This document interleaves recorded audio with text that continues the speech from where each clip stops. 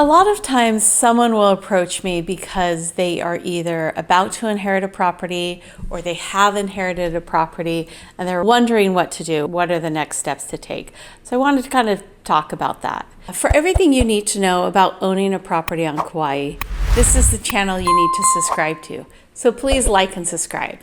Inheriting a property, specifically with siblings, you want to have really an open conversation where people feel like they can say whatever they want to say. It turns out that money can be very emotional. Inheritance can be one of the times in siblings' lives or in someone's lives where they're the most emotional about something. I know lots of sibling relationships that are really fractured when they're getting something from their deceased parents or family members. Really should be more of a bonding experience, but because it's so fraught with emotion and consequences, you want to be really careful. Well, you want to proceed with caution when you do inherit some property to try to decide what to do. I've put together a list of what to do so ultimately you can have the best outcome possible. It's always probably better if you start talking about it while your parents are still alive, especially if you all have healthy relationships with each other. It's harder when things come as a shock or as a surprise. So if you can talk about it while everyone's still living, that's ideal. And there's really several options. You sell it, you rent it, or one of the inheritors, one of the siblings buys out the other siblings. So you're buying, you're selling, or you're renting. One tip I have, which could be controversial, I think that in these discussions of what to do with the property, the siblings are the only ones that should be involved, right? No in-laws, no partners. Obviously, their partner will know what their feelings are and probably will express it. It can be something that's so fraught with emotion that if it's just the siblings, it usually goes a little better. You also want to make sure that you know what you're doing, so you need to consult an attorney to navigate all the legal aspects, and that also includes talking to a tax accountant. I've put together a 6-step plan. And number one is to really assess the property. Assessing the property, in my opinion, means getting more than one appraisal. An appraisal is a price opinion from an appraiser. People who usually work for banks to make sure that the banks are not lending more money on a property than it's worth. Appraisers can have opinions and they can be different, which is why I actually recommend getting 2, maybe even 3 appraisals. It might be redundant. They're not that expensive generally, usually under $1,000. There's always a chance that people will say, oh, well, that came in low or whatever. But if you get 2, then you can meet in the middle and kind of know what the value is. And this is obviously because it'll help you determine what you're going to do with the property. You also want to understand the liabilities of the property. And this might be when you want to pull in a realtor. Understanding the liabilities of the property, meaning understanding when are taxes due.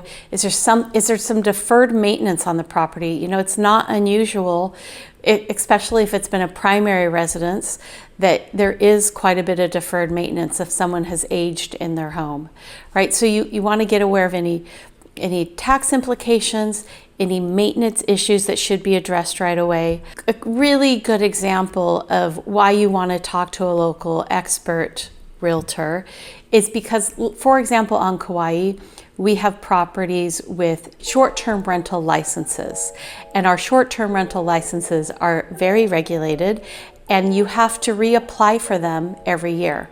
And if you apply for it one day late, you lose it and you're not getting it back. So you want to bring in a local expert who can help you avoid these mistakes. If you lose a TVR, a vacation rental license on a property on Kauai, you're probably devaluing the property by at least $1 million. So you want to pull in a local expert, a realtor. They're going to be able to tell you what kind of maintenance is needed, what kind of financial liabilities are out there specific to that location. And you also are going to want to evaluate the condition, right? I've talked about that a little bit, but you might even want to have an inspection done. I'm not a licensed contractor. I can walk through a property and say, these are the things that I know will need to be fixed. But a licensed inspector is going to take a deeper look at the property. You're going to have a better idea of having your hands around the property, really knowing, are we just going to sell this as is? Or, just do one of the siblings want to move into it, right? What are we going to do with it? What does the property need? After you've evaluated the property, then you want to look at what are you going to do with it, right? So this is when you have one of those discussions, you try to do it as openly as possible, going into it saying, we're going to really try to make sure no one's feelings get hurt. One of the reasons why this can be so challenging is because often siblings are in different socioeconomic brackets. Maybe someone just got a divorce and could really use the money. Maybe there's a single parent who could really, it would be nice to live in the home. There's no wrong option. When everyone is inheriting an equal part to a property or just part of the property, maybe they're not equal parts, people have different needs, wants, and expectations, and they're not always in alignment, even though they may love the other person that wants to do something different with it, right? So it turns out that money can be emotional. Not only does this represent money, but it represents a place to live. There can also be a real emotional component to this, right? There could be maybe one of the siblings cared for their parent, while they aged and until they passed away.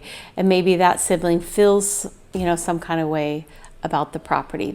So there's not just a financial component, but there's also an emotional component, which is really important to take into consideration. Speak with each other openly, discuss your options. Everyone has the right to come to the conclusion of what they want to do. You sell it, you rent it, or one or multiple parties buy out the other parties. The third one, and I've spoke about this a little bit, is to understand the tax implications, right? So you want to both consult an attorney and a CPA or a tax consultant. Often it's better if you keep it until like the next year or you let some time frame go by. But your attorney or your tax consultant, they're gonna be able to guide you through that so that you don't lose any loopholes or just get the timing a little wrong, which could be costly. Number 4 is ownership options. You want to establish really clear options for ownership. Let's say everyone wants to keep the house. It's a beautiful house, no one needs to sell, no one needs to buy, and they're going to use it as a long-term rental, right? So what does that mean? Is one person managing it? Are you hiring a property manager? What are the responsibilities of the siblings? Let's say, for example, that you decide to keep it and use it as a rental, and in 3 years you find out it needs a new roof. Well, who's going to pay for that roof? These are the things that come into play that you have to put together a game plan so that people aren't surprised, right? What kind of maintenance is the property going to need on an ongoing basis, and how much of that is going to be covered by the income from the property, and how much are we going to need to have in reserve so when something happens we can pay for it equally. Obviously there's always a buyout option. Maybe there's 4 siblings. 2 of them want to sell it, 2 of them want to keep it. The 2 that want to keep it can buy the other 2 out.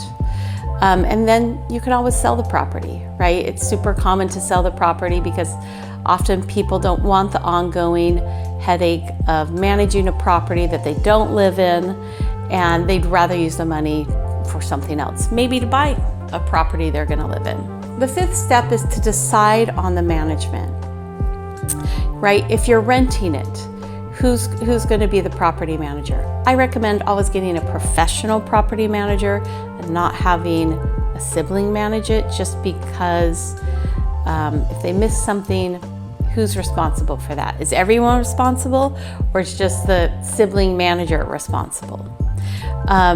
It's also good to have a maintenance plan. How much money per year, either from the rents or from the owners, is going to go towards general maintenance of the property? The 6th step is to get everything in writing.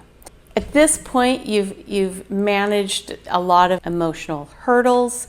You've decided, you've come up with a plan, everyone knows what they're going to do.